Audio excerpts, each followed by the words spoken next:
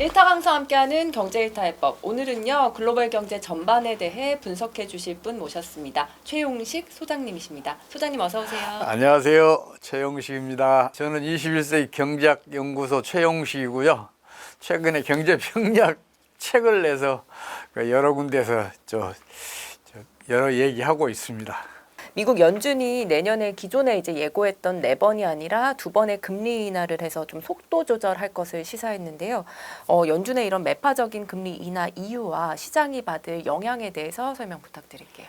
과연 그럴 수 있을까요? 저는 그 얘기를 못 믿겠는데요. 오히려 파월이 그런 얘기한 뒷배경에는 시장 참여자들에게 안심시키는 그런 측면이 좀 강한 것 같아요. 지금 세계 경제 상황을 보면 경제 평약적 관점에서 이렇게 말씀드리자면 지금 세계 어느 곳에선가 금리가 터질 수밖에 없는 그런 지경에 이르렀어요. 그래서 세계적인 금리가 만약에 터진다면 미국 연준은 기준금리를 2차례만 낮추는 게 아니라 0.25%까지 줄기차게 낮춰야 할 거예요. 그래야 금리를 차단해내거나 아니면 그 파장을 최소화시킬 수 있어요. 그래서 내년에는 기준금리를 더 공격적으로 내리지 않을까 그렇게 저는 보고 있어요. 트럼프의 관세 정책이 이제 물가 상승, 고용 감소로 오히려 이어져서 미국 경제에 악영향을 미칠 것이다 이런 분석도 있는데 이에 대한 소장님의 의견을 조금 말씀을 해주시자면. 미국은 1930년대에 대공황이라는 처참한 그 상황에 시달렸었거든요. 그걸 경험한 미국은 당시에 일어났던 일들을 기억하고 있을 거예요. 경제 전문가들은 특히 당시의 보호무역주의 정책이 세계 대공황을 심화시키고 더 장기화시켰다고 일반적으로 분석하고 있어요. 그러니까 그런 얘기가 나올 거예요. 실제로 그 1931년이던가요? 당시 후보 대통령이 홀리스무트 관세법을 제정을 해요. 그리고 수입 관세를 대폭 인상하고 그리고 결국은 그게 각국의 보호무역주의 정책이 상호 보복적으로 이루어지면서 세계 교역량이 3분의 1 수준으로 축소되면서 세계 경제 전반이 그 대공황 늪에 빠져들어서 아주 그때 경기 후퇴가 심했고 실업률은 미국 같은 경우에는 27.9%까지 올라가요. 그리고 20% 밑으로 못 떨어지고 결국은 대공황이 10년간 이어지거든요. 당시가 얼마나 어려웠는지 그거는 이제 대공황 당시에 여러 필름이나 사진들 보면 금방 알 수가 있어요.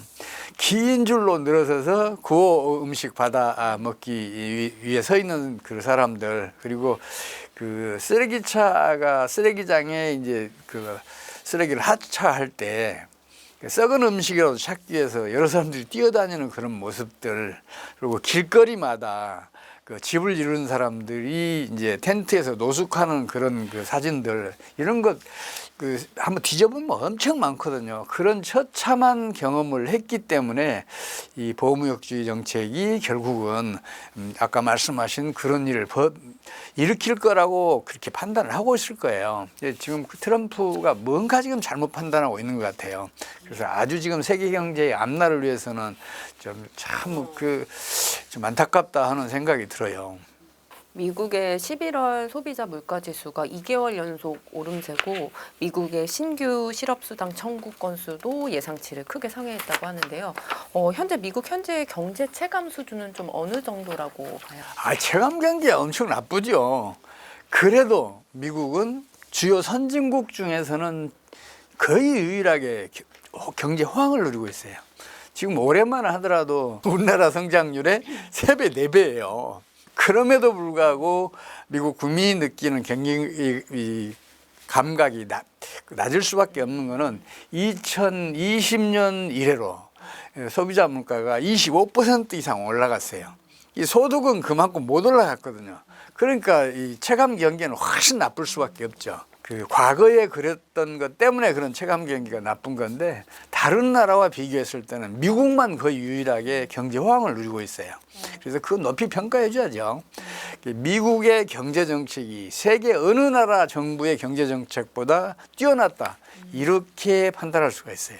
워렌 버핏이 사상 최대 현금 450조 원을 이제 보유한 이유가 미국 증시 폭락에 이제 대비하는 신호다 이런 분석이 있는데요. 소장님은 좀 어떻게 보고 계실까요? 우선 지금 중국 경우에는 금리가 진행되고 있어요. 다만 중국은 강력한 통제 경제 체제라 그 금리가 진행하는 속도를 늦추고 있을 따름이에요. 근데 지금 그게 한계에 와 있어요. 언젠간 터진단 말이에요. 실제로 지금 중국 경제는 마이너스 성장에 들어간 것 같아요. 그 물 위로 올라서 갑자기 급속하게 진행되는 경우가 있어요. 그럴 위험성이 있어요. 일본이나 EU 주요 국가들은 지금 성장률이 마이너스 0%대에서 0%대 플러스 성장을 하고 있어요. 경기 이 침체가 아주 심각한 거죠. 그럼에도 불구하고 주식시장은 얼마 전까지 사상 최고 기록을 갱신했고 지금도 아주 높은 수준을 유지하고 있어요. 기업의 경영 성과에 바탕한 주식시장 호황이 아니라 정책 당국의 유동성 공급에 의해서 지금 호황을 이루고 있다고 볼 수가 있는데 이건 전형적인 거품이거든요.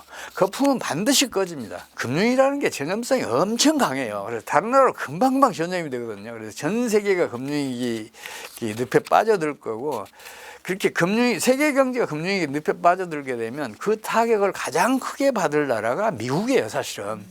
미국의 다우지수든 S&P 500이든 나스닥 지수든 지금 천정을 뚫었잖아요. 엄청나게 지금 올라 있는데 그만큼 부풀어 올라 있는 만큼 만약에 금융위기가 진행되면 그 거품이 꺼지고 그 폭락 폭도 엄청나게 커진단 말이에요. 그러면 경제적 타격은 아주 무서워요. 그래서 많은 그 분들 중에서 좀 비관주의자들 이런 분들은 대공황급 이제 경제난이 이제 닥쳐오는 거 아니냐 이렇게 우려하고 있거든요. 버핏은 투자 종목 선택하는데도 기가 막히게 잘해요. 근데 투자 시기 잡는 것은 더 잘해요. 또 여기에다가 투자 손실을 줄이는 것에 우선적인 중점을 둬요. 이 투자 손실이라는 게 예를 들어서 100억을 투자했는데 손실이 10% 났다. 그러면 이제 90억이 되잖아요. 그러면 투자 원금의 수익률이 20% 이상이 돼야 겨우 투자 수익률 10%에 도달할 수 있거든요. 이제 그런 것 때문에 투자 손실에 대해서는 엄청 관심을 기울여요. 지금 나이가 90이 넘었잖아요. 그런 오랜 투자 경험이 그런 현명한 선택을 하게 한 것 같아요. 실제로도 위기가 오면 반드시 기회가 꼭 와요. 그것도 작은 기회가 아니라 엄청난 기회가, 큰 기회가 와요.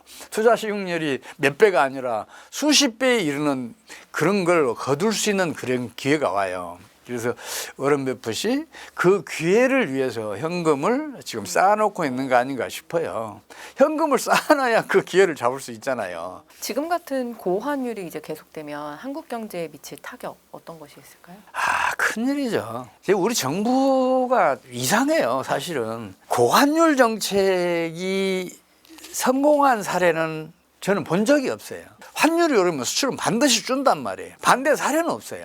대신 환율이 떨어지잖아요. 수출은 급증해요. 이 일은 왜 벌어지냐면 기업은 망하기 때문에 강해요. 망하지 않기 위해서 필사적인 노력을 기울이는 가운데 기업이 강해져요. 그럼 국가 경제도 강해져요. 국가 경쟁력이 높아진다는 거죠. 그래서 오히려 환율이 점진적으로 떨어질 때 수출은 급증하고 경상수지도 커졌던 것이 역사적 경험이에요. 우리나라에서도 그런 사례가 2번이나 있었어요. 이런 현실을 먼저 봐야 되는데 자꾸 경제학 가격 이론에 집착을 해요. 그러니까 이론이 우선이에요, 현실이 우선이에요. 현실이 우선이잖아요. 이론이 현실에 부합하지 못하면 이론을 고쳐야 되잖아요. 근데 우리 정책당국은 자꾸만 그 이론에 집착을 해요. 고환율 정책은 일본이 1990년대 이래로 지금까지 8차례 펼쳤어요. 지금은 이제 달러당 150엔대를 넘었는데 147엔까지 끌어올린 적도 있어요. 근데 단 한 번도 경제를 살려낸 사례가 없어요. 오히려 경제난은 심화되고 경제난은 장기화됐어요. 실패한 일본 경제정책을 왜 뒤따르냔 말이에요. 미국은 지금 선진국 중에서는 유일하게 지금 경제 호황을 누리잖아요. 근데 미국은 지금 고금리 강달러 정책을 펼치고 있잖아요. 그럼 우리나라도 그 성공한 정책을 뒤따라야죠. 물론 우리나라 정책 당국의 그 주장들이 불합리한 건 아니에요. 경제학이 그렇게 가르쳐요.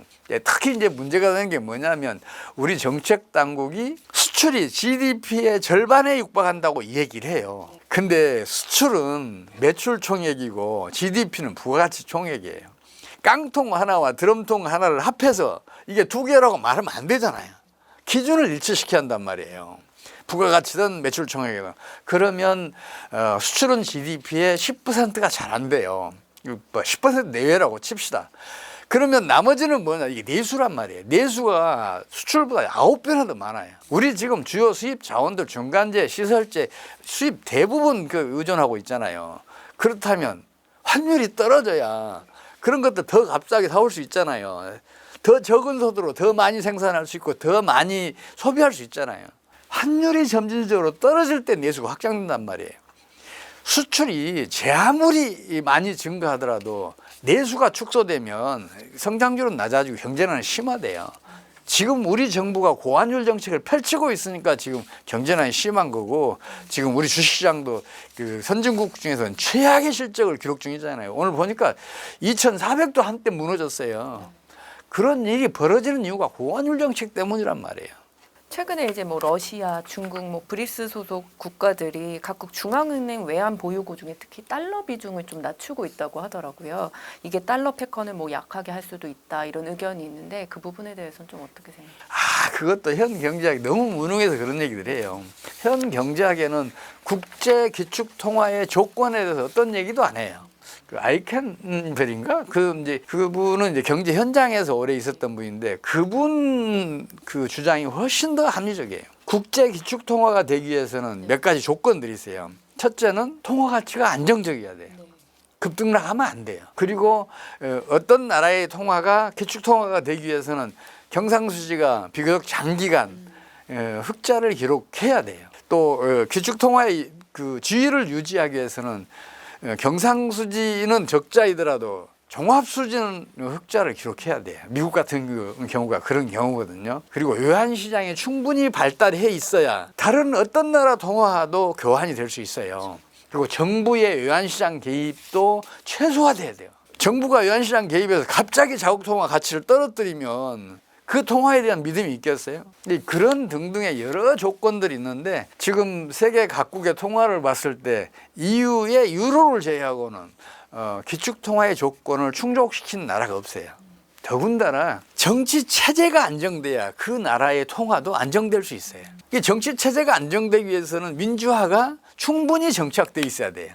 근데 그런 나라도 찾아보기 힘들어요. 그래서 지금 기축통화를 미국에서 빼앗아서 다른 나라가 가져가기는 당분간은 어렵다. 최소한도 20, 30년 아니면 반백년 정도는 어렵겠다. 저는 그렇게 판단하고 있어요. 트럼프 당선인이 이제 미국에서 비트코인을 100% 보유해서 전략 자산으로 비축하겠다 이렇게 말을 했는데요. 미국 경제의 친가상 자산 흐름에 대해서는 어떻게 보고 계실까요? 미국이 아마 비트코인 보유량이 세계에서 가장 많을 거예요. 비트코인을 채굴하기 위해서는 초고성능 컴퓨터를 대규모로 연결해서 채굴해야 다른 사람보다 우월하게 해낼 수가 있어요. 근데 그 초고성능 컴퓨터를 제일 많이 가지고 있는 게 미국이에요. 그러니까 많이 채굴했겠죠. 많이 가지고 있으니까 그거 전략 자산으로 이제 가지고 있게 되면 그럼 엄청 이익을 볼 수 있잖아요. 그러니까 그런 얘기가 나오는데 비트코인 등 가상화폐는 법정화폐 절대로 대체 못해요. 왜 그러냐면요. 통화는 가치 저장 수단으로서의 기능 그리고 거래 수단으로서의 기능이라는 두 가지 기본적 기능을 갖춰야 돼요. 그뿐만 아니라 파생 기능도 갖춰야 돼요. 그게 파생 기능 중에 중요한 것은 회계 단위로서의 그 기능, 결제 수단으로서의 기능 그리고 또 하나는 거래 비율을 확정해주는 거래 기능으로서의 기능도 가지고 있어야 돼요. 근데 가상화폐는 그런 기능 하나도 안 가지고 있어요. 이렇게 한번 생각해 보세요. 만약 가상화폐가 법정화폐를 대체했다고 생각해 봐요. 가상화폐 가격이 급등락을 하잖아요. 지금 뭐 10만 달러를 넘어섰고 한때 이게 뭐 2,000달러도 안 된 거, 300달러도 안 됐던 것들이 급등했다 급나오고 급등했다 급나오고 그러잖아요. 그 파동이 지금 몇 차례 있었잖아요. 앞으로 법정화폐를 대체해봐요. 그럼 상점의 가격표 매일 같이 갈아달아야 돼요. 그러면 경제가 제대로 돌아가겠어요? 경제는 파탄지경에 놓인다고요. 그럼 가상화폐는 뭐냐? 도박 코인이란 말이에요. 이게 도박이라는 게 중독성이 엄청 강하잖아요. 그래서 거기에 한번 빠지면 개인이든 기업이든 국가든 결국은 파멸을 해요. 이번에 파월이 전략자산으로 비축하지 않겠다고 딱 얘기했잖아요. 파월은 그걸 아는 거예요. 그뿐만 아니라 지금 세계 경제에 각국 정부들 중에서 경제정책이 잘 펼치는 나라를 보면 통화금융 정책을 기가 막히게 적절한 타이밍에 펼치고 있어요. 가상화폐가 법정화폐를 대체해봐요. 통화금융 정책은 어떻게 해볼 여지가 없게 돼요. 중앙은행이 사라지게 되니까. 그러면 어떻게 되세요? 국가 경제는 물론이고 세계 경제가 결국은 바탄지기에 간단 말이에요. 그래서 전략자산으로 비추고 하는 건 그야말로 국가 경제를 파멸로 이끌자고 주장하는 것이나 다름없어요. 지금 트럼프가 그런 사실을 모르는 것 같아요. 경제가 좀 공부를 더 해야 돼요. 미국이 곧 경제 위기를 맞이할 것이다 이런 얘기를 해주셨는데 대략적인 뭐 시기 어떻게 보시는지 궁금하고 위기가 터진 이후에 세계 경제에 펼쳐질 시나리오도. 제가 그 말씀만 들으면 항상 부끄럽게 생각을 해요. 제가 성격이 좀 급해요. 그래서 이번에도 금융위기 온다는 얘기를 지금 1년 거의 2년 가까이 전부터 얘기를 하고 있어요. 과거에 1997년 말에 터졌던 그 외환위기도 제가 1995년부터 피를 토하는 심정으로 정책 당국자에게 경고하고자 한다 그렇게 얘기를 했다가 안 터지니까 그동안에 엄청 제가 시달렸어요. 97년 1월에는 이제 경제 파국은 피할 수 없게 됐다 그러는데 이게 97년 11월 말에 터지는 거예요. 그 11개월 동안 또 제가 시달렸어요. 무당 경제학자라는 비난을 들으면서 이번도 제가 지금 그런 비난을 듣고 있는데 근데 이제는 목전에 온 것 같아요. 저만 그런 얘기를 하는 게 아니라 저는 2년 전부터 하고 있는데 지금은 이제 그 뭐 워런 버핏을 비롯해서 많은 분들이 그 얘기를 하기 시작했어요. 그걸로 봐서 이게 목전에 닥쳤다. 그렇게 보는 이유가 그거거든요. 주요 선진국들의 주가 지수가 천장을 뚫었다. 거품이 지나치게 거대해졌다. 기업의 경영수지에 입각한 주가지수 상승이 아니라 유동성 추가 공급에 의한 상승이라 이런 생각을 해요. 특히 미국 같은 경우에는 유동성도 풍부하게 공급했지만 주식시장 관여자들이 자꾸만 테마를 하나씩 이렇게 끌어올려요. 이를테면 코로나 사태 직후에 경제 활동이 봉쇄되고 그래서 주가가 처참하게 이제 떨어졌을 텐데 그때 그 가상화폐 열풍이 부는 거예요. 그러니까 그게 이제 유동성을 풍부하게 해서 미국의 다우지수, S&P 지수 이런 것들을 사상 최고 기록을 갱신하게 만들어요. 이제 그 열풍이 꺼질만 하니까 2022년도에는 배터리 산업 또 전기자동차 산업이 또 각광을 받아요. 그 열풍이 또 꺼질만 하니까 2023년도 하반기부터는 AI 열풍이 불었어요. AI 중요하죠. 근데 AI 열풍이 이제 거품이라는 얘기가 슬슬 나와요. 실제로도 AI 거품은 지나치게 커져 있어요. AI 반도체를 생산해서 판매하는 엔비디아 등은 엄청난 수익을 남기고 있어요. 근데 그 AI 반도체라는 게 하나에 수천만 원이잖아요. 이게 수백 개는 연결해야 AI로서의 기능을 할 수 있어요. 그걸 가져다가 사업을 하는 쪽에서 이익을 남길 수 있겠냐고요. 또 전력 소모량도 엄청 많잖아요. AI 알고리즘을 돌릴 수 할 수 있기 위해서는 우리 지금 종합운동장 크기의 그런 그 시설에 그 컴퓨터를 집어넣어야 되거든요. 그 전력 소비량이 아마 우리 서울시 전력 소비량하고 맞먹을걸요. 그런 높은 비용을 들여서 과연 수익성 있는 사업을 끌어갈 수 있을지 저는 의문이에요. 그래서 AI 지금 현재의 열풍은 거품이 심하게 부풀어 있다. 그렇다면 현재 주식시장 호황을 이끌어갈 새로운 테마가 나와야 되는데 저는 그 테마가 눈에 안 보여요. 요새 뭐 가상화폐 갖고 다시 바람을 일으키려고 그러는데 그건 한번 이미 약효가 떨어졌잖아요. 한번 쓰여서. 그래서 조만간 그것도 잠잠해질 거고 그렇게 되면 주식시장이 이 거품이 꺼질 수도 있다. 여기에다 지금 미국의 주식시장 호조는 미국 내에서 축적된 금융 자본에 의한 유동성 공급이 아니에요. 미국이 고금리 강달 정책을 펼치니까 다른 나라의 국내 저축들이 미국으로 끌려갔거든요. 그리고 다른 나라에 투자되었던 국내 저축보다 수십 배나 더 큰 금융 자본들이 미국에 투자하면 환차익을 누릴 수 있잖아요.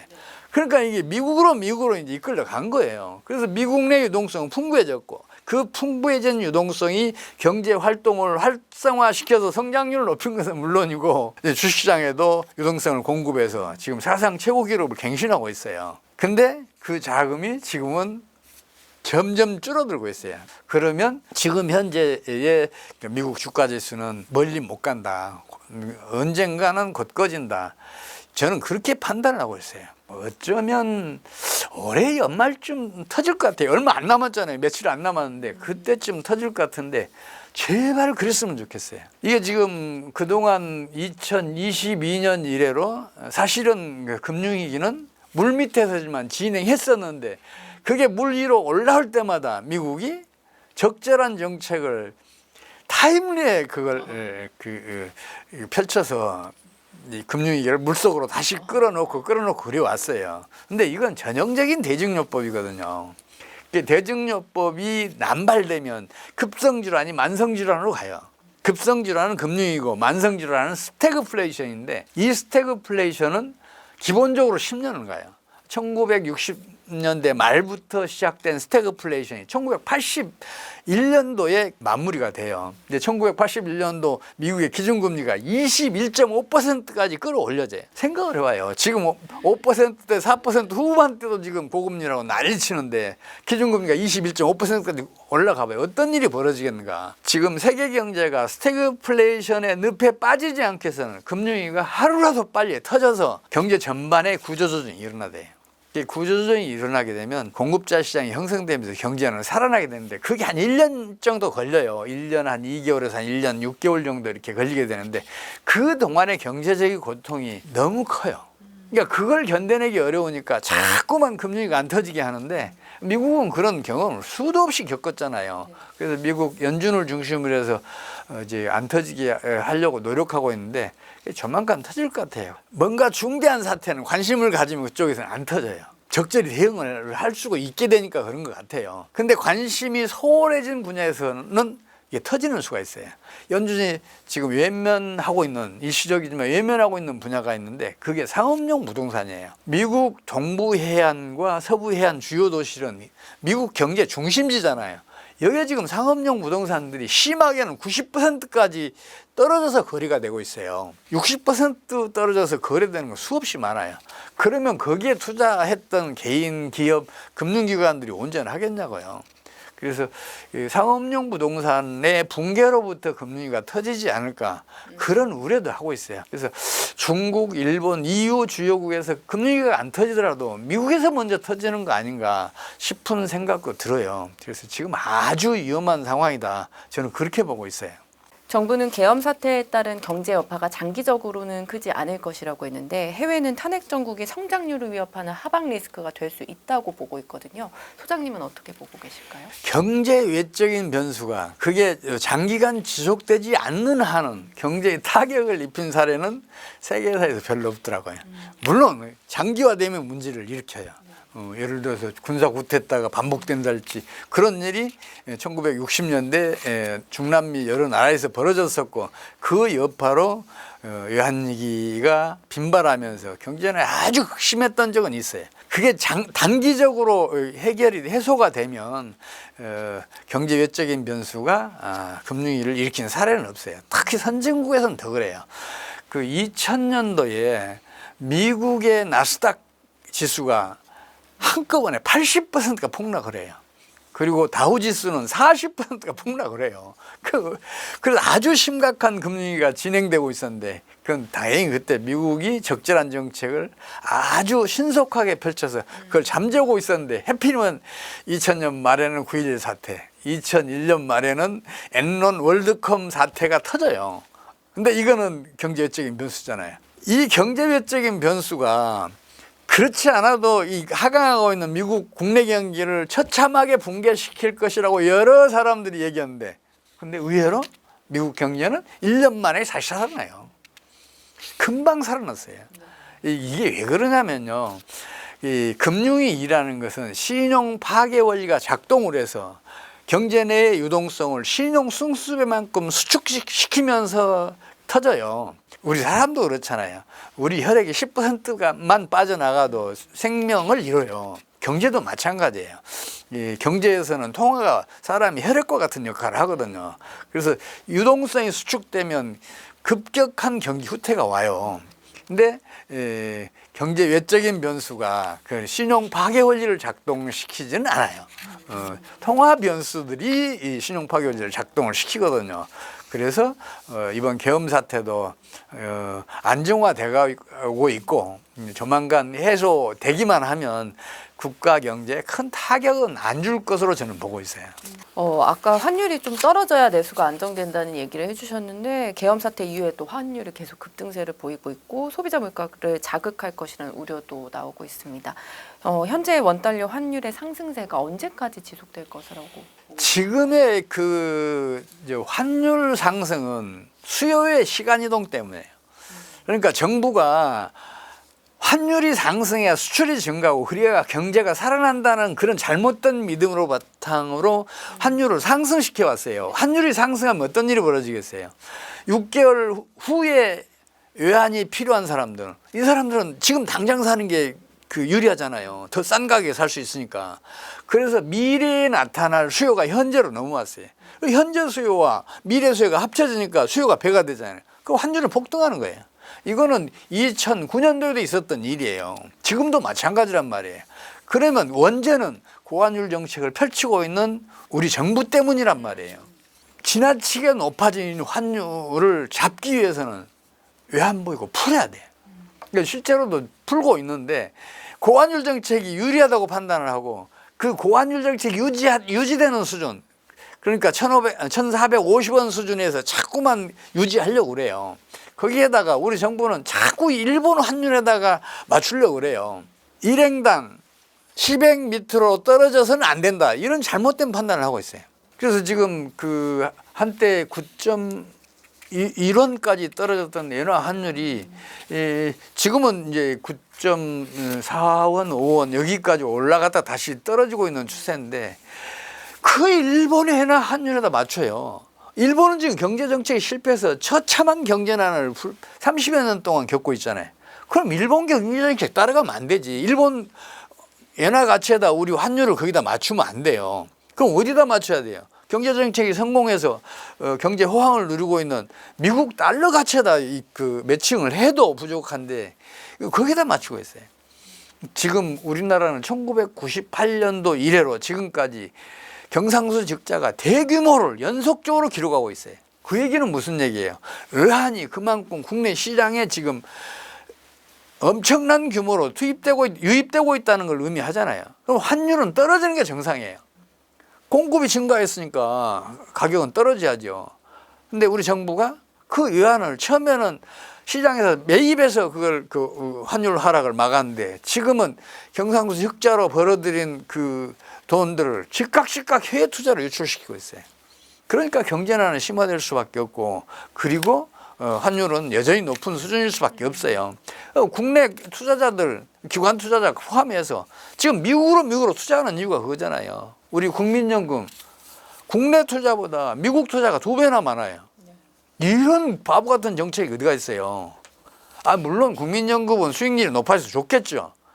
근데 우리 주식시장은 처참하잖아요. 우리 국내 주식 투자자들 지금 큰 손실을 안기고 있는 게 그런 정책이란 말이에요. 왜 경상수 지역자를 즉각 유출시키는 정책을 펼친지 저는 이해할 수가 없어요. 생각을 해봐요. 수출로 애써 벌어들인 소득 즉각 해외로 유출시키면 내수는 그만큼 축소되잖아요. 수출품 우리 돈으로 생산했는데 그 돈 바로바로 유출시켜봐요. 어떤 일이 벌어지겠는가. 좀 답답해요. 저는 우리 정부를 보면. 정부는 IMF와 비슷한 위기 발생 가능성이 없다고 유축을 하긴 했지만 한국에 찾아올 외환위기 가능성을 소장님 어떻게 보고 계신지 궁금하고. 외환위기가 발발할 가능성 전무하다고 말씀드려도 무방해요. 우리나라 경상수지 흑자는 여전히 크고 뿐만 아니라 우리 외환보유고는 우리 경제가 감당할 수 있을 수준보다 훨씬 더 커요.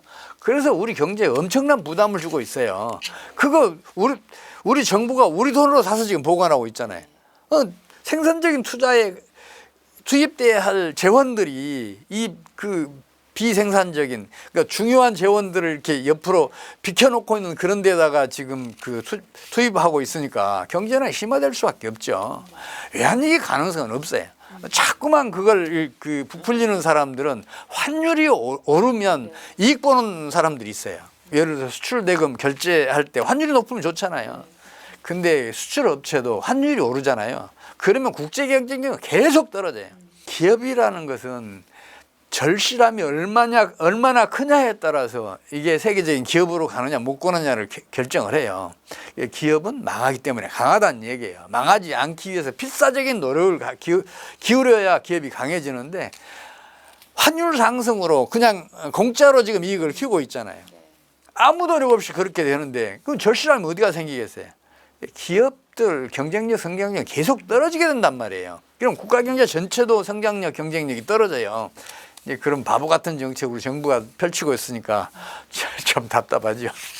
트럼프의 미국 우선주의가 이제 한층 강해질 것으로 예상되는데 한국은 지금 탄핵으로 컨트롤 타워가 부재인 상황이잖아요. 이런 상황에서 한국의 대비법은 어떻게 보고 그 뚜렷한 대비책이 없어서 참 답답해요.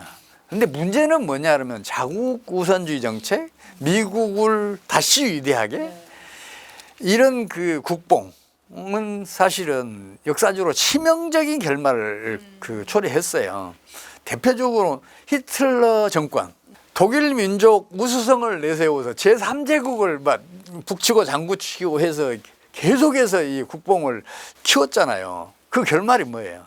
세계대전이었고 유태인 학살이었고 그리고 동서독의 그 분단이었잖아요.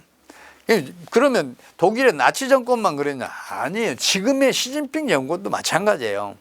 1대1로 또 중국몽 이런 국뽕이 난무하면서 시진핑은 독재 권력을 강화할 수 있었어요. 국민들의 관심을 끌어들였고 지지를 받았으니까 독재 권력이 강화됐어요. 근데 경제는 계속해서 추락하고 있어요. 시진핑이 집권한 이후로 성장은 계속 떨어지잖아요.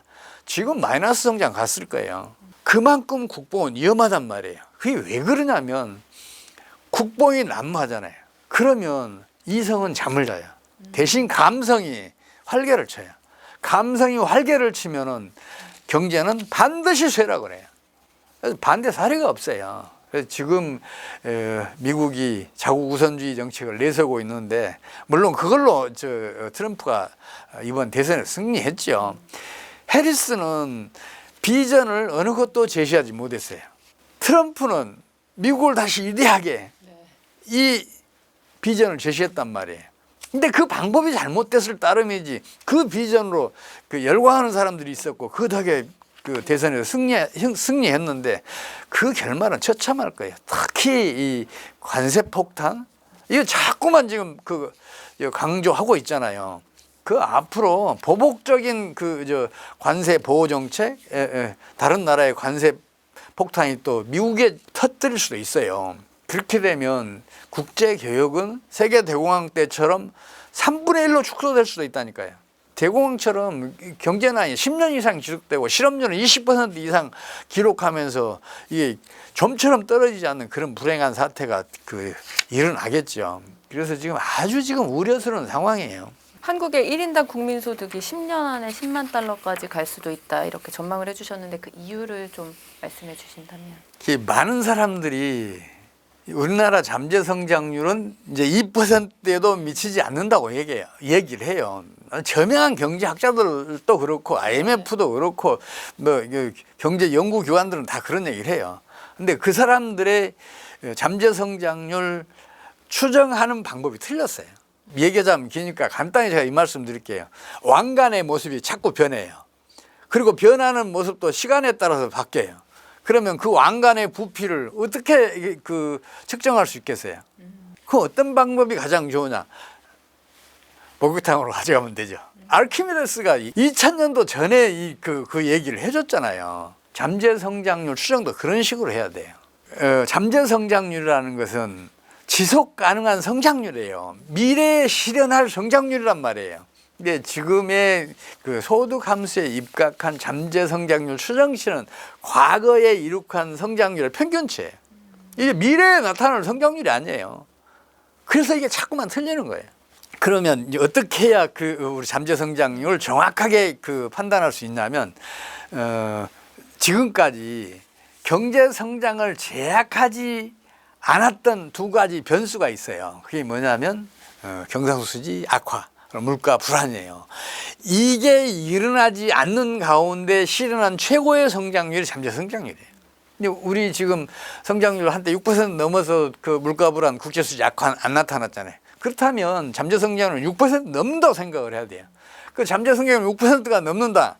그리고 환율이 시장의 힘에 의해서 점진적으로 연평균 한 10%만 하락한다. 그럼 5년 안에 우리 국민소득 6만 달러 가요. 그리고 10년 안에 10만 달러 간다고요. 그래서 저는 그런 얘기를 하는 거예요.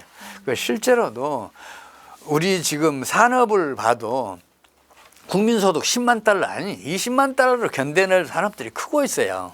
우리 지금 K 무기들 세계적인 각광을 받고 있잖아요. K2 전차, K9 자주포 뭐 등등 FA50 전투기 그런 무기 산업은 초고도 정밀 산업이에요. 여기다가 최첨단 전자 산업의 그 지원을 받아야 최고 품질의 무기가 생산될 수 있어요. 근데 이 초정밀 그 기계 산업은 국민소득 10만 달러, 아니 20만 달러도 견뎌낼 수 있어요. 또 K뷰티 지금 세계적인 각광을 받고 있잖아요. 화장품 산업도 뭐 많은 분들이 잘 모르고 계시지만 이것도 초정밀 화학 산업이에요. 화장품의 좋은 성분이 우리 그 피부에 이렇게 침투하기 위해서는 그 아주 미세해야 되거든요. 이 초정밀 화학 산업이란 말이에요. 이 초정밀 화학산업도 국민소득 10만 달러 얼마든지 견뎌낼 수 있어요. 그뿐만 아니라 자동차를 비롯한 일반 그 수송 기계류 산업들 그리고 전자제품을 비롯해서 전자산업, 반도체 산업 포함해서요. 이런 거 심지어는 일반 소비자도 해외 시장에서는 명품이에요. 명품은 가격이 올라갈수록 더 명품 대접을 받아요. 지금 그 럭셔리 제품들 그 유럽에서 우리나라에 들어오는 제품들 다 일반 제품보다 훨씬 가격이 세잖아요. 뭐 10배 이상 센 것도 많잖아요. 가격이 올라가야지 그 더 많이 팔린단 말이에요. 우리나라 수출품은. 이런 그 일반 소비 제품조차도 1인당 국민소득 10만 달러를 얼마든지 견뎌낼 수 있다고 저는 판단을 해요. 그래서 우리나라가 10년 안에 10만 달러 갈 수 있다고 봐요. 우리 10만 달러만 가봐요. 세계에서 우리나라가 제일 잘 사는 나라에 속한단 말이에요. 그러면 G7 들어가는 건 일도 아니에요. 세계 강대국, 최소한도 경제대국에는 들어간단 말이에요. 그렇게 되길 저는 간절히 바라고 있는데 자꾸만 정부가 실패한 일본 정책을 따라가니까 제가 답답해서 이런 자리에 오면 약간 흥분해요. 방금 방산이랑 뷰티 산업 좀 얘기를 해주셨는데 내년 한국 경제를 이끌어갈 한국의 기업이나 섹터 혹시 다른 쪽 생각하신 게 있으시면? 아니 저는 모든 산업 제품이 다 지금 그 우리 경제를 이끌어갈 자격을 다 주고 있다 생각을 해요. 아까 말씀드렸던 뭐 초고도 뭐 기계 산업, 정밀 기계 산업 그리고 그 초정밀 화학 산업 이런 것들뿐만 아니라 일반 제품 수출하는 업체들도 환율이 점진적으로 떨어지면 가격 올리지 않을 수 없어요. 가격이 여기 올라가잖아요. 그러면 명품은 더 높은 가격일수록 더 많이 팔려요. 그래서 모든 산업이 우리 산업을 이끌 걸로 봐요. 더 중요한 것은 우리 한류예요. 지금 한류 때문에 지금 우리 뭐 K 푸드 를 비롯해서 여러 제품들이 잘 팔리고 있잖아요. 라면도 그 다른 나라에 생산되는 제품보다 몇 배나 더 비싸게 팔리고 그러잖아요. 그러니까 문화라는 것은 잘 사는 나라에서 못 사는 나라로 흘러가요. 그럴 거 아니에요. 잘 사는 나라가 부럽잖아요. 그러니까 그 문화도 받아들인단 말이에요. 우리나라도 2000년대 초만 해도 그랬었잖아요. 근데 우리나라 한류는 지금 우리보다 덜 잘 사는 나라로 수출하고 있잖아요. 그 동력이 3배 이상 크지 않으면 그 역류를 못 시켜요. 물도 그렇잖아요. 아래로 흐르는 게 정상인데 위로 끌어올리려고 그래봐요. 동력이 2배 이상 커야 한단 말이에요. 그와 마찬가지예요. 그래서 우리 한류는 그 동력이 엄청 막강해요. 우리 엔터업계 연예인들 막강한 경쟁력, 성장력을 가지고 있단 말이에요. 그럼 거기만 그러냐는 얘기죠. 우리 국민과 기업들도 마찬가지로 세계 최강의 경쟁력, 성장력을 가지고 있어요. 그래서 한류 덕도 있지만 모든 사람, 모든 기업, 모든 개인들이 우리 경제를 이끌어갈 그런 동력이라고 저는 생각을 해요. 국내 증시 추락에 이제 지친 투자자들이 미국 증시로 눈길을 많이 돌리고 있는데요. 뭐 이런 현상의 극복 방안이라던가 지금 현재 시총 1위의 삼성전자가 좀 많이 흔들리고 있는데 삼성의 위기 극복 방안에 대해서 한번 설명해 주세요. 우리 주식시장이 약세니까 강세인 미국의 주식시장에 투자하면 이익을 크게 볼 수 있잖아요. 그러면 국내 주식시장이 왜 약한지 그 원인을 파악하면 금방 알 수 있어요. 이 주식 투자자별 매매 동향을 보면 금방 알 수 있단 말이에요. 최근에 지금 그 외국인 주식 투자자들이 매일 수천억 원씩 매도 폭탄을 지금 우리 주식시장에 터뜨리고 있어요. 오늘도 수천억 원 지금 매도하고 있거든요. 이 삼성전자 주가가 어떻게 4, 5만이에요. 미국에서 이게 상장됐어 와요. 수십만 원 간단 말이에요. 근데 외국인들이 삼성전자 집중적으로 지금 투매하고 있잖아요. 과거에 삼성전자의 앞날이 밝으니까 삼성전자 주식을 중심으로 해서 우리양 주식들 외국인들이 많이 매입을 했어요. 근데 지금 환율이 높은 수준을 유지하고 있으니까 환차손 생겼잖아요. 그 삼성전자에서 나올 이익보다 환차손이 더 크단 말이에요. 그러니까 미국으로 이탈하기 위해서 미국 투자하면 환차익을 누릴 수 있으니까 그 매도 폭탄을 터뜨린 거예요. 그리고 우리 주식시장이 약화된 이유가 고환율 때문이란 말이에요. 그러면 고환율을 이제 저환율 정책으로 바뀌어봐요. 어떤 일이 벌어지는가. 우리 환율이 점진적으로 떨어지잖아요. 그러면 우리나라에 투자하면 환차익이 생기잖아요. 우리 국내 저축, 우리 국내 금융 자본들, 미국으로 떠난 그 자본들이 미국에 그대로 있으면 환차손 생기잖아요. 그러면 국내에 들어오면 환율이 떨어지고 있으니까 당연히 환차익을 누릴 수 있죠. 다 돌아온단 말이에요. 그럼 우리 국내 금융 자본만 돌아오냐? 국제 금융 자본도 국내 주식 투자를 하게 되면 환차익이라도 누릴 수 있잖아요. 그러면 국내 주식시장은 화랑을 보일 거 아니에요. 그 주식 투자에서 이익을 남길 수 있어요. 그래서 지금으로서는 지금 하루빨리 우리 정부가 시장의 힘에 의해서 환율이 점진적으로 떨어지는 것을 용납하는 정책만 펼치면 우리 주식시장 금방 살아나요. 그럴 거 아니에요. 환율이 점진적으로 떨어지면 국제 금융 자본이든 국내 금융 자본이든 우리나라로 되돌아오니까 유동성이 풍부해지고, 유동성이 풍부해진 그게 경제 활동을 활성화시켜서 성장률을 높일 거 아니에요. 기업 경영수도 호전될 거 아니에요. 이 삼성전자가 위기다 뭐라 그러는데 유동성이 부족해서 빚어진 일이란 말이에요. 롯데가 지금 유동성 위기에 지금 빠져서 큰 그 고난을 겪고 있잖아요. 그것도 지금 그 고환율 정책 때문이란 말이에요. 그래서 지금 우리나라 경상 수지는 여전히 이 그 흑자가 크니까 환율은 시장의 힘에서 떨어질 수밖에 없어요.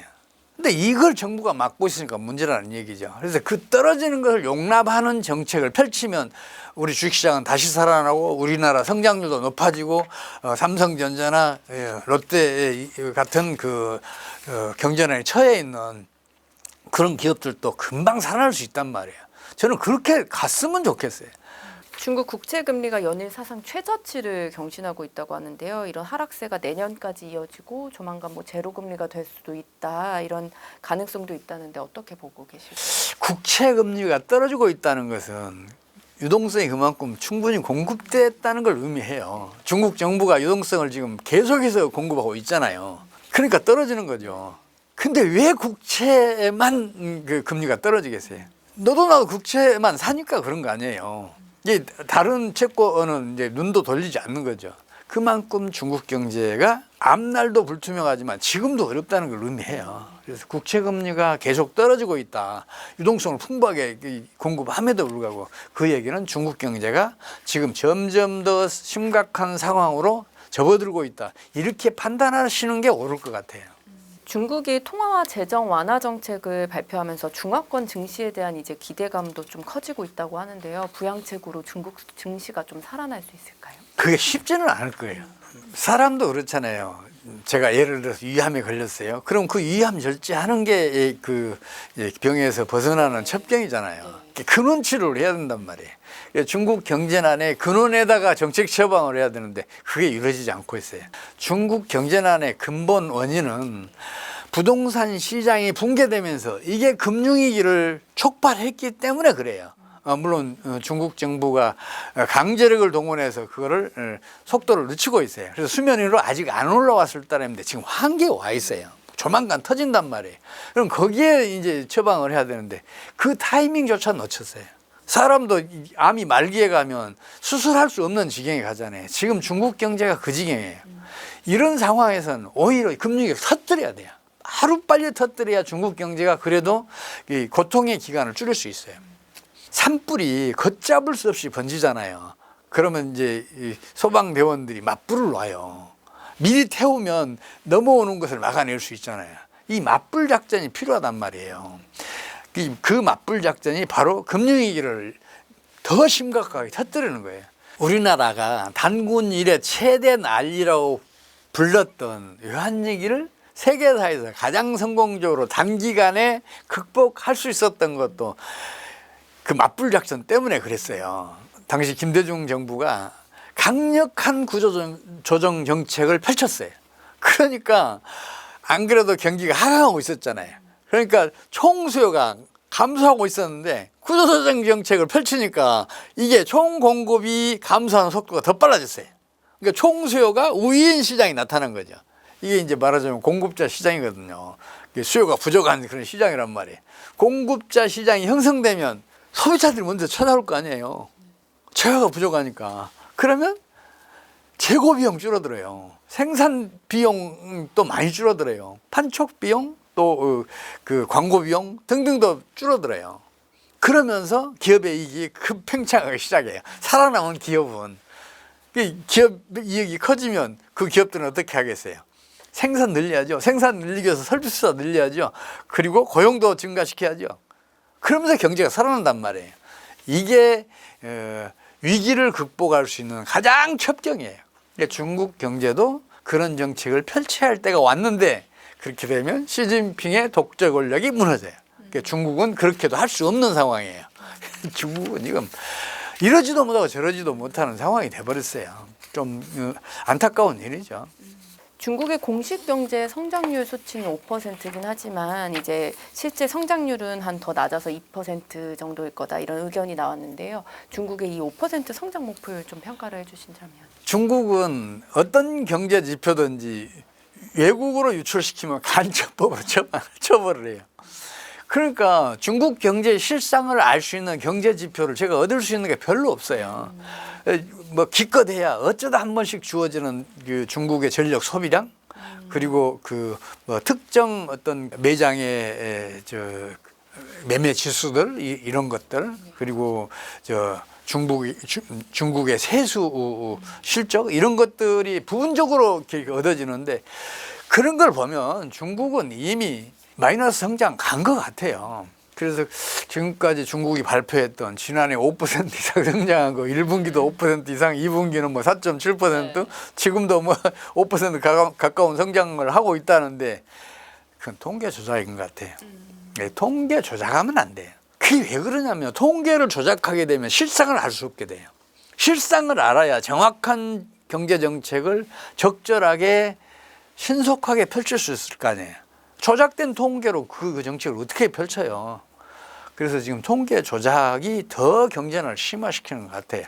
중국 경제가 얼마나 심각한가는 우리 동영상이나 이런 거 보면 금방 알 수 있잖아요. 중국의 그 노숙자들이 주요 도시들의 그 뭐 저 널브러져 있는 그런 모습들 과거에 번화가였는데 지금 거의 철시한 것이나 마찬가지로 한산한 거 과거에 수천 석의 식당들에 자리가 없어서 이렇게 대기하고 있는 긴 줄이었던 그런 식당들조차 폐업하는 그런 팻말 이런 것들을 보면 그리고 각종 그 공단들 중에서 사람이 안 보일 정도로 처참하게 이렇게 쇠락한 그런 모습들을 보면 중국 경제가 어떤 상황인지 금방 알 수가 있어요.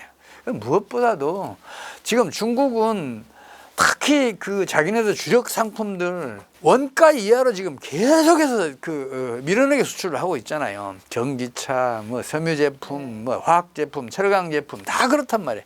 그래서 이제 다른 나라에 이제 그 보복 관세를 당하고 막 그러잖아요. 우리나라도 지금 중국의 그 저가 철강 제품, 저가 석유화학 제품 때문에 그 업계가 줄초상 나오고 있어요. 그 롯데도 롯데 케미칼 때문에 지금 이 지경이잖아요. 근데 지금 그런 그 저가 수출이 언제까지 지속되겠어요? 물론 중국의 그 수출 업체들은 선정만 하면 이게 내고가 돼요. 그러니까 수출 대금을 받을 수 있는 거예요, 은행에서. 그러니까 팔리든 안 팔리든 계속해서 밀어내게 수출하는 거예요. 유럽의 주요 항구들의 그 저 중국 전기 자동차들 적체돼 있는 이런 사진도 나오고 막 그러잖아요. 그게 절대로 지속 가능한 일이 아니란 말이에요. 그 생산하는 업체들은 전부 다 지금 그 몰락 위기잖아요. 파산 지경에 놓여 있는 거죠. 중국의 그 과도한 그 지원 정책으로 겨우 연명해 가고 있는데 실업률 높아지면 안 되니까 지원해주고 있어서 그런 건데, 그래서 중국에서 조만간 금융위기가 본격적으로 터져서 전개되는 거 아닌가, 저는 그렇게 보고 있어요. 일본이 이제 트럼프 마음을 잡기 위해서 뭐 손정희 소프트뱅크 그룹 회장이 1,000억 달러 규모의 이제 투자를 미국에 투자하겠다 이런 약속도 하고 뭐 이랬다고 하는데, 트럼프 2기에 일본 경제에 어떤 변화가 올 것으로 예상하고 계실까요? 지금 일본은 성장률이 마이너스 0%하고 플러스 0% 초반 성장률 왔다 갔다 해요. 경기 침체가 여전히 심각한 상황인데, 근데 일본 주시장은 호조를 보이고 있어요. 니케이 지수가 지금도 38,000, 9,000을 왔다 갔다 하고 있으니까 높은 수준을 유지하고 있잖아요. 근데 이거는 일본의 엔캐리 자금 때문에 그래요. 엔캐리 자금이라는 게 일본에서 낮은 이자율로 대출을 받아서 미국 등에 투자를 하면 그 이자 차익만큼 그 이익을 볼 수 있을 뿐만 아니라 또 미국 주가 지수가 많이 올랐으니까 또 주가 차익도 노릴 수가 있어요. 그래서 엔캐리 자금이 혹자는 뭐 10조 달러다 그러는데 그 정도는 아닌 것 같고 수조 달러가 이제 그 미국으로 흘러간 것 같아요. 근데 엔캐리 자금을 미국으로 가져간 국제 금융 자본은 엔화 환율이 떨어지면 환차손을 입어요. 이게 회증을 해야 한단 말이에요. 그래서 국제 금융 자본들이 일본 주식시장에 투자하면서 해칭을 해놨어요. 환율이 떨어지면 일본 주식시장에 투자한 돈은 환차 이익을 노릴 수 있잖아요. 그러면 이제 미국에 투자한 자금의 환차손을 상쇄시킬 수가 있어요. 그래서 환율이 떨어지게 되면 결국은 엔캐리 자금 청산이 이루어져요. 청산이 이루어지면 일본에 투자했던 국제 금융 자본들은 한순간에 사라져요. 이 경우에는 일본 주식시장이 폭락을 해요. 폭락 수준이 아니라 붕괴가 돼요. 그러니까 일본 경제는 아주 심각해질 것이에요. 저는 그걸 지금 걱정을 하고 있어요. 일본에서 금리가 먼저 터질 수도 있다고 말씀드리는 게 그 이유 때문이에요. 우리나라도 그 영향을 크게 받을 것으로 저는 보고 있어요. 그럼 말씀하신 대로 그렇게 엔캐리 트레이드 청산 공포가 좀 커지고 있는데, 그럼 이 시점에서 국내 투자자들은 어떻게 해야 좀 리스크를 줄일 수 있을까요? 주로 미국 주식시장에 많이 투자하고 있어요. 근데 기관 투자자들은 유럽의 뭐 상업용 부동산에도 투자해놓고 또 홍콩에도 뭐 일부 투자하고 막 그랬었잖아요. 근데 그쪽에서는 지금 손실을 보고 있는데 환율이 급등을 하다 보니까 미국에 투자한 것, 상업용 부동산을 매입했던 주식을 매입했던 그 자금들은 큰 이익을 기록하고 있는 건 사실인데, 지금 트럼프가 관세 폭탄 얘기를 계속해서 강조하는 이유가 뭐겠어요? 경상수지 흑자가 과도한 나라들은 알아서 줄이라는 거 아니에요. 그러면 그 줄이기 위해서 어떻게 해야 돼요? 각국의 통화 가치가 상승해야 되잖아요. 엔화 환율은 떨어져야 되고 우리 원화 환율도 떨어져야 된단 말이에요. 그렇게 되면 미국에 투자됐던 이 국내 금융자본들, 국제 금융기관들은 물론이고 또 이 우리 국내의 금융기관들까지 환차손이 엄청나게 커져요. 우리 환율 지금 1,450원대인데 1,000원으로 떨어져 봐요. 환차손만 45%. 그럼 어떤 이유로 그걸 감당하겠어요?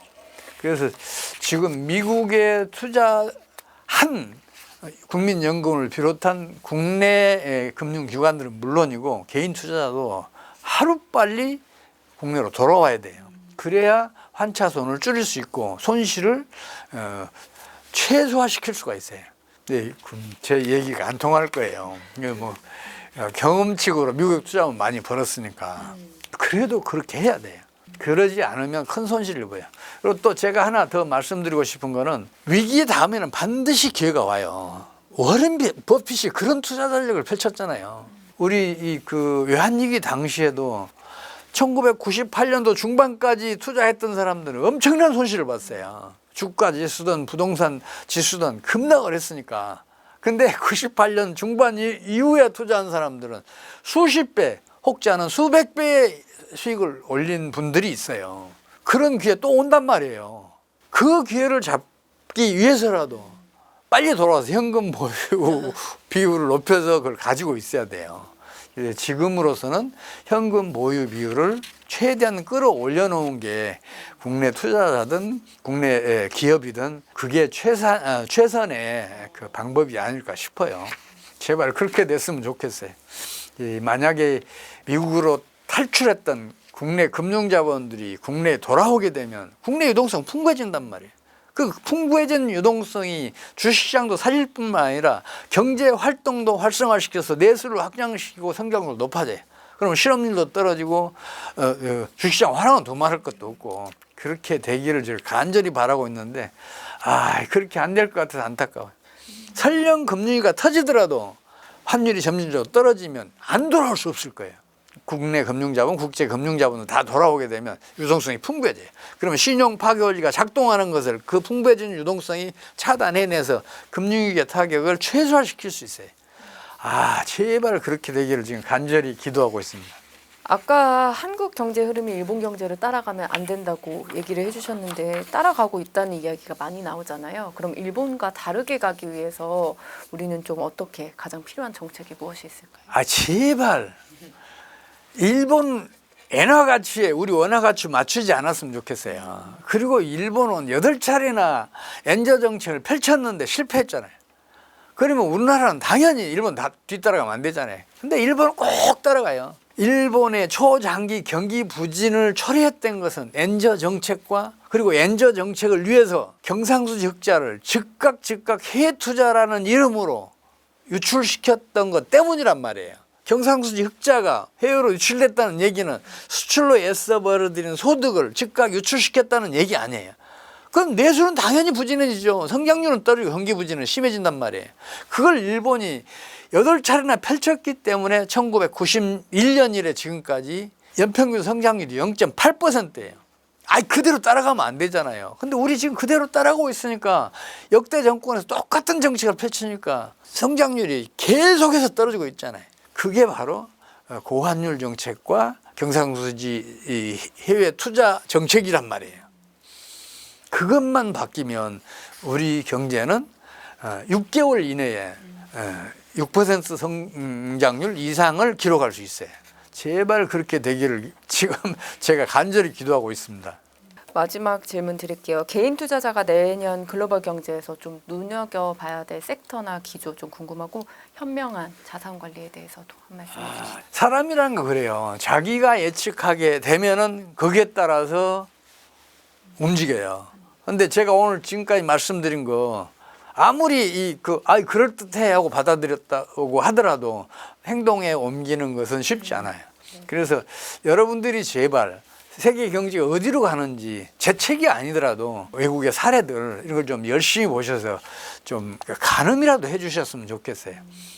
제가 최근에 발간한 경제 병리학이라는 책은 금융위기가 진행되는 일반 원리, 왜 발발을 하고 왜 어떤 과정을 거치는지, 왜 필연적으로 그렇게 갈 수밖에 없는지 그런 경제 원리를 제가 밝혀놨어요. 그 경제 원리를 아시면 여러분 스스로 그걸 예측할 수 있을 거예요. 자관 지금은 현금 보유 비율을 늘려놓으시면 장차 위기 다음에는 아주 큰 기회가 오니까 그때 그 기회를 잡으셔서 지금까지 보신 손실을 다 보상하고 더 큰 이익을 얻으실 수 있기를 제가 한번 기도해 보겠습니다.